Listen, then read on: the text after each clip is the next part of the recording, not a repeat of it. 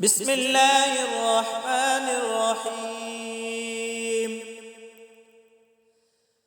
ومن الناس من يقول آمنا بالله وباليوم الآخر وما هم بمؤمنين